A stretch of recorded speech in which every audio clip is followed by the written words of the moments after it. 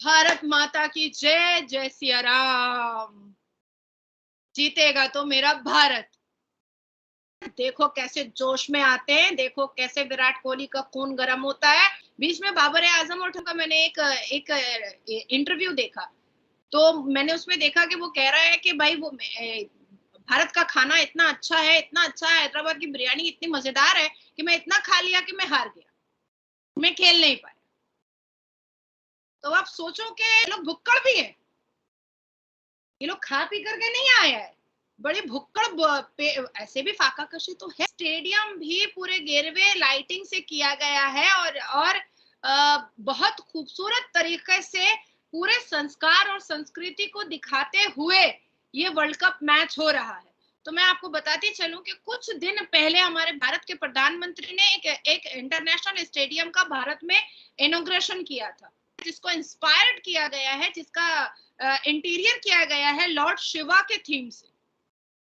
तो बात इतनी सी है कि आप जहां पर आए हैं, अब हमने आपको इनवाइट किया क्योंकि इंडिया होस्ट कर रहा था world cup.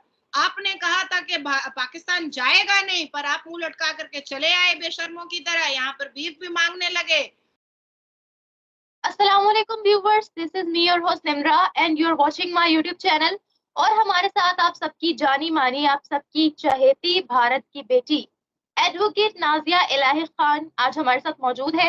Thank you so much ma'am for coming. Thank you so much कि आजकल आपका शेड्यूल बहुत ज्यादा टाइट है, मगर फिर भी जो लेटेस्ट टॉपिक आते हैं आप हमारे व्यूवर्स के लिए हमेशा हाजिर रहती है। बहुत मैटर करती है आपकी ये चीज। Thank you so much. वंदे मातरम, भारत माता की जय। वालेकुम अस्सलाम। Thank you so much ma'am. और हम बात करने वाले हैं, पहले तो हमारे खिलाड़ी भारत में पहुंचे और उनका वेलकम किया गया। अब वीडियोस काफी ज्यादा वायरल हो रही हैं, न्यूज भी आ रही है कि जो थीम रखा गया है स्टेडियम का वो भगवा कलर का ही रखा गया है और खिलाड़ियों की शर्ट्स भी उसी कलर्स की होने वाली है, लाइटिंग वगैरह जो दिखाई जा रही है वो भी उसी कलर की होने वाली है। तो इसके पीछे की क्या वजह है? हमारे भारत के झंडे में गेरुए रंग का बहुत महत्वपूर्ण और बहुत ही सम्मान्य एक सिग्नल है। सूरज की रोशनी गेरुए रंग की, शांति का प्रतीक गेरुए रंग का, केसरी पगड़ी बांध करके ना जाने कितने वीरों ने अपनी जान दे दी अब इस भारत को आजाद कराने में। ये गेरुआ रंग तो वाकई में हमारे लिए बहुत ही अहमियत रखता है, बहुत ही महत्वपूर्ण है ये गेरुआ रंग। और इसको मुझे लगता है कि जितना ज्यादा गेरुए रंग को सनातनियों ने मान सम्मान दिया है, और किसी धर्म ने इतना दिया नहीं। अब अगर सूरज की किरणों को देखें, उसकी रोशनी को देखें, तो उसको कौन अस्वीकार करना चाहेगा? तो वो भी तो गेरुए रंग का है कि नहीं? हमारे भारत के झंडे में गेरुए रंग का बहुत महत्वपूर्ण पार्ट है। उस रंग का सम्मान हमारी नजरों में और हमारी जिंदगी में बहुत ज्यादा अहमियत रखता है। बात तो सही है कि गेरुए रंग में नहा दिया गया है पूरे पूरे पूरे स्टेडियम को। और जिस दिन बाबर साहब आए थे, बाबर आजम जब यहाँ पर आए थे भारत में और हैदराबाद में उन्होंने कदम रखा था, तो उनको गेरुए रंग का स्कार्फ पहना करके उनको सम्मानित किया गया था। और बड़ी बड़े बेशर्मी के साथ वो गेरुए रंग को पहने भी रहे थे। अब मैंने बार बार कहा था कि मर्द तो तब मैं समझूंगी बाबर आजम को जब उसी गेरुए स्कार्फ के साथ हारने के बाद पाकिस्तान में लैंड करेगा, तब मैं समझूंगी। अब बताती हूँ मैं कि देखिए, भारत अभी चर्चे में चल रहा है भाई। ये बात तो बहुत बड़ी बात है कि 107 मेडल एशिया एशिया के में चैंपियन बन करके आना और 107 मेडल भारत में जीतना, ये कोई छोटी बात नहीं है। अभी अगर आप हम मैच के बारे में और 14 अक्टूबर में जो इंडिया पाकिस्तान का मैच हो रहा है, अगर उसके बारे में बात कहूँ तो मेरे बारे में सबको पता है कि मैं बहुत ट्रांसपेरेंट बात करती हूँ। देखिए, क्रिकेट खेलना 10-12 देशों के साथ खेला जाता है, पर इतने बड़े बड़े जैसे हॉकी, कबड्डी और शूट शूट का जो होता है कंपटीशन, उसके बाद फिर आपका कबड्डी का होता है, उसके बाद फिर जिस तरह से 107 मेडल एशिया कप में भारत जीत करके लेकर आया, ये बहुत बड़ी बात है। बहुत बड़ी बात है। वहीं पर आपका पाकिस्तान जो है वो सिर्फ दो गेम को वो जीत पाया है। हमारा भारत 107 मेडल लेकर के आया है। अब मैं आपको बता देती हूँ 2023 के आंकड़े को। साउथ एशिया फुटबॉल फेडरेशन में अंडर 19 सैफ चैंपियन हमारा भारत, अंडर 16 सैफ चैंपियन हमारा भारत, मेन सैफ चैंपियन हमारा भारत। एशिया में 53 मेडल्स थे, अभी 107 हो गए। एशिया गेम में हमारे भारत के हो गए। उसके बाद फिर 2023 में फुटबॉल एशिया चैंपियन कप जीत करके लेकर आया हमारा भारत। हॉकी एशिया कप हमारा भारत, कबड्डी एशिया कप हमारा भारत, क्रिकेट एशिया कप हमारा भारत। तो मानो ये लीजिए कि सब पर तिरंगा झंडा, चांद से लेकर के सारे सारे खिलाड़ी के मैदान में भी, खेल के मैदान में भी हमारे भारत ने तिरंगा झंडा लहरा दिया। ठीक है, अब मैं आती हूँ कि आपने कहा कि स्टेडियम भी पूरे गेरवे लाइटिंग से किया गया है और बहुत खूबसूरत तरीके से पूरे संस्कार और संस्कृति को दिखाते हुए ये वर्ल्ड कप मैच हो रहा है। तो मैं आपको बताती चलूं कि कुछ दिन पहले हमारे भारत के प्रधानमंत्री ने एक इंटरनेशनल स्टेडियम का भारत में इनॉग्रेशन किया था, उसकी नींव रखी थी। ये 30 एकड़ में क्रिकेट स्टेडियम बन रहा है, जिसको इंस्पायर्ड किया गया है, जिसका इंटीरियर किया गया है लॉर्ड शिवा के थीम से, लॉर्ड शिवा के थीम से, शिव भगवान के, महाशिव भगवान के थीम से। तो अभी उस पर भी आपके भारत के हमारे भारत के खिलाड़ी के साथ आपके पाकिस्तान के खिलाड़ी आकर के खेलेंगे, ऐसे करके हर हर महादेव। तो बात इतनी सी है कि आप जहां पर आए हैं, अब हमने आपको इनवाइट किया क्योंकि इंडिया होस्ट कर रहा था वर्ल्ड कप। आपने कहा था कि पाकिस्तान जाएगा नहीं, पर आप मुंह लटका करके चले आए बेशर्मों की तरह, यहाँ पर बीफ भी मांगने लगे। उसके बाद फिर 9 साल की बच्ची भी मांग लीजिएगा नहीं। तो ये सारी फैसिलिटीज तो आपको यहाँ मिलेगी नहीं। और रही बात कि आप भारत की सरजमीन पर, भारत की भूमि पर जब अपने कदम को रखे हैं, तो भारत के संस्कार और संस्कृति को मानते हुए आपको चलना चाहिए। बीच में बाबर आजम का मैंने एक इंटरव्यू देखा, तो मैंने उसमें देखा कि वो कह रहा है कि भाई वो भारत का खाना इतना अच्छा है, इतना अच्छा है, हैदराबाद की बिरयानी इतनी मजेदार है कि मैं इतना खा लिया कि मैं हार गया, मैं खेल नहीं पाया।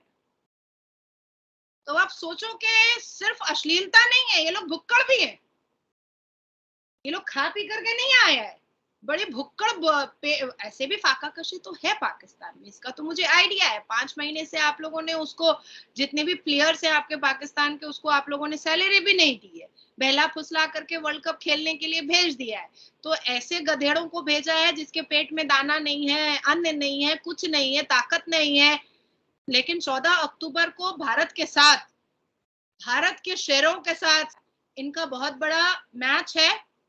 और इनकी रणनीति है पाकिस्तान प्लेयर की कि भारत का सबसे बड़ा शेर विराट कोहली को सबसे पहले हम लोग हराएंगे। भैया ये सपना तो भूल जा, सबसे पहले तो भूल जा। दूसरी एक बात मैं कह देना चाहती हूँ कि आपने कहा कि गेरवे रंग से नहा गया, तो मैंने पहले ही बोल दिया था, फर्स्ट डे बोला था, जब ये आया था, भारत में लैंड किया था, कि जब जब बल्ला उठेगा भारत के खिलाड़ियों का, देखो कैसे जोश में आते हैं, देखो कैसे विराट कोहली का खून गर्म होता है और कैसे वो चौके छक्के मारता है, और ऐसा छक्का बना करके बाबर आजम को भेजेगा 14 अक्टूबर को कि हिजड़ों की फौज वापस जाएगी मुंह लटकाते हुए। ये मुझे बहुत अच्छे से पता है। अच्छा मैम, मैं आपसे यहाँ पर ये पूछना चाहूंगी कि अगर हम गेरुए रंग की बात करते हैं, तो हम लोगों ने तो पाकिस्तान में यही सुना है, हमेशा सुनते हुए हैं कि जो ऑरेंज कलर गेरुआ रंग होता है वो हिंदुओं की, हिंदुत्व की इलामत होता है। इसके बारे में आप क्या कहेंगे? कि फिर अग्नि जला करके खाना पकाना बंद कर देना चाहिए, क्योंकि उसमें से भी गेरुआ रंग निकलता है। सूरज की रोशनी पर अपने अपने अपने काम को, अपने उठने बैठने और अपने कार्य को भी बंद कर देना चाहिए, क्योंकि इस पूरी दुनिया में सूरज तो निकलता है और डूबता है। तो निकलते वक्त भी गेरुआ होता है और डूबते वक्त भी गेरुआ होता है। बारिश के मौसम में जब हम रेनबो देखते हैं तो उसपे भी गेरुआ रंग सबसे ज्यादा चमकता हुआ दिखाई देता है। भाई हम तो सूर्य की पूजा हमारे सनातनी करेंगे, क्योंकि वो कुदरत को बहुत मानते हैं, कुदरत की बनाई हुई चीजों को बहुत मानते हैं। इस मिट्टी की भी पूजा करते हैं, चंद्रमा की भी पूजा करते हैं, जल की भी पूजा करते हैं, अग्नि की भी पूजा करते हैं। तो पानी पीना छोड़ दे, खाना बनाना छोड़ दे अग्नि पर। गेरवे रंग का बहुत ही महत्वपूर्ण हिस्सा है, और जो भारत के नागरिक गेरवे रंग का सम्मान नहीं दे सकते हैं, गोया ये समझ लो कि वो हमारे तिरंगे झंडे को सम्मान नहीं दे रहे हैं। और जो हमारे तिरंगे झंडे को सम्मान नहीं दे सकते हैं भारत के नागरिक में, उनको पाकिस्तान चले जाना चाहिए। टिकट का पैसा नाजिया देने को तैयार है।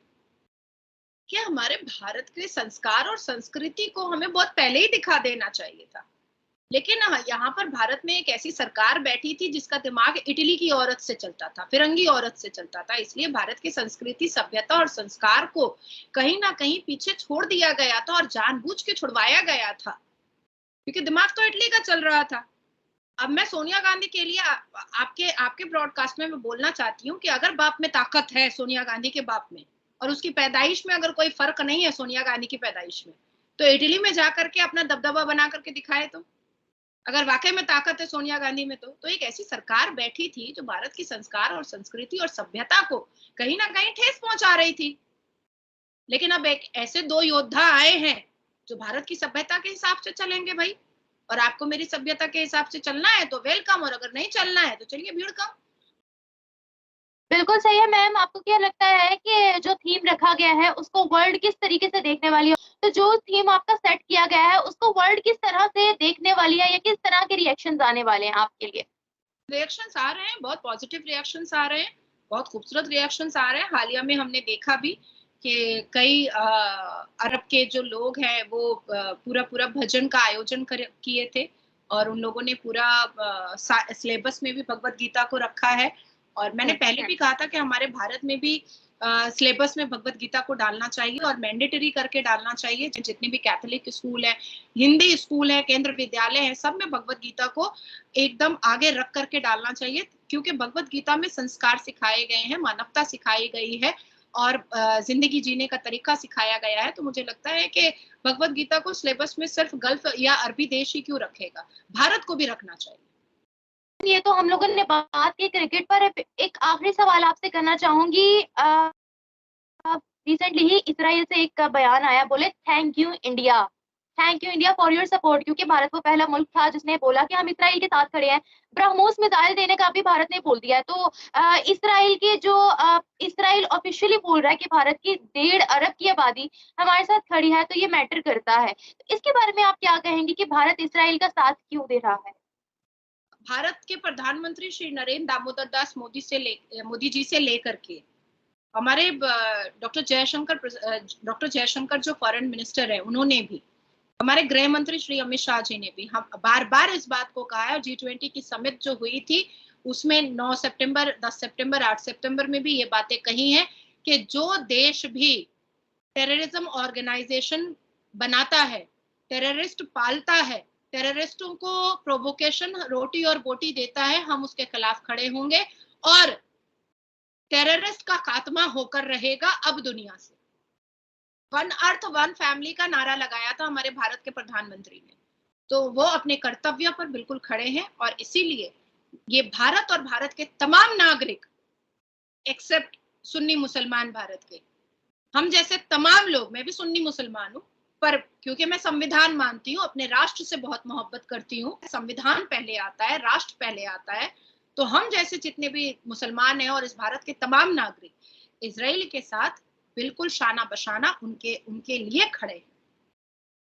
मैम अगर यही चीज इस तरह ये स्टार्ट करता, क्योंकि बमबारी जो है, मिसाइल जो थे 5000 मिसाइल्स वो हमास की जानिब से इसराइल पर फेंके गए थे। अगर यही चीज इसराइल करता हमास के ऊपर, फलस्तीन के ऊपर, तो भारत का स्टैंड क्या होता? क्या भारत उसी तरीके से फलस्तीन के साथ खड़ा होता? अब मैं ये कह दूं आपके कि अगर पाकिस्तान के तमाम मर्दों को कुत्ता नोच के खा जाए तो क्या होगा? जो चीज हुआ नहीं उसके बारे में बात करके क्या ही फायदा। इजराइल अपने असलाह से लेकर के, अपनी सुरक्षा एजेंसी से लेकर के, अपने सिक्योरिटी लोगों से लेकर के, हर चीज से बहुत सशक्त है, बहुत एम्पावर है, बहुत मजबूत है। वो चाहता तो ऐसी चीजें कर सकता था, पर उसने ऐसा कुछ भी नहीं किया। ये सारे दिमाग, ये सारी खुराफात टेररिस्ट जैसे दिमाग के लोगों में ही आ सकती है, बाकी किसी में नहीं आ सकती है। देखिए, मेरे ख्याल से मुझे लगता है 4-5 घंटे में आपका बिल्लो रानी भी कमर लचकाते हुए बोलेगा कि वो फलस्तीन और हमास के साथ है, क्योंकि बोला था ना जस्टिन ट्रूडो को कनाडा के साथ है। देखो, मैंने तो वो न्यूज भी नहीं देखी कि बिल्लो रानी, लेकिन मुझे 110% यकीन था बिल्लो रानी पर कि वो कमर लचकाते हुए जरूर बोलेगा। पाकिस्तान तो हर जगह पर अपने आप को प्रूफ करता है। बिल्कुल सही मैम, 14 अक्टूबर को तो मैच होने वाला है, तो आपको क्या लगता है ज्यादा चांसेस किस टीम के हैं कि वो जीते? एक आखिरी सवाल ये रहा मेरा आपसे, क्योंकि अभी तक अगर हम अपनी टीम को देखते हैं तो वार्म अप मैचेस भी पाकिस्तानी टीम हारती जा रही है, तो आपको क्या लगता है? भारत माता की जय, जय सिया राम। जीतेगा तो मेरा भारत।